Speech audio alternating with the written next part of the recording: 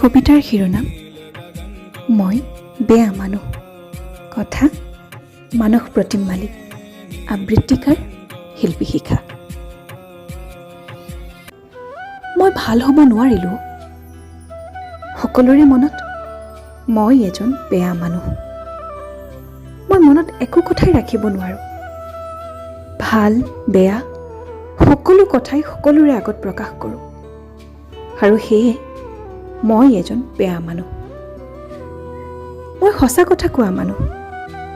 কাৰোৰ আগতে মিছা মই ক'ব নোৱাৰোঁ, আৰু চাগে সেয়েই মই এজন বেয়া মানুহ। মই কাৰো দুখ দেখিব নোৱাৰোঁ।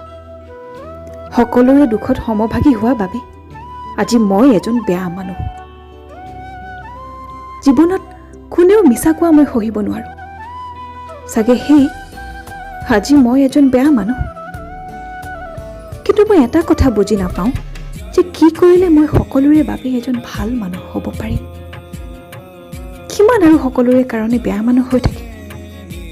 মোৰোতো এটা মন আছে। মোৰো মন যায় সকলোৰে মনত এজন ভাল মানুহ হ'বলৈ। মই কি মিছা কথা ক'লে মানুহে মোক ভাল পাব নেকি? বেয়া কামবোৰ আৰম্ভ কৰিলে মানুহে মোক ভাল পাব? মোৰো এটি সপোন আছে, এদিন মোকো কোনোবাই ভাল পাবলৈ শিকিব।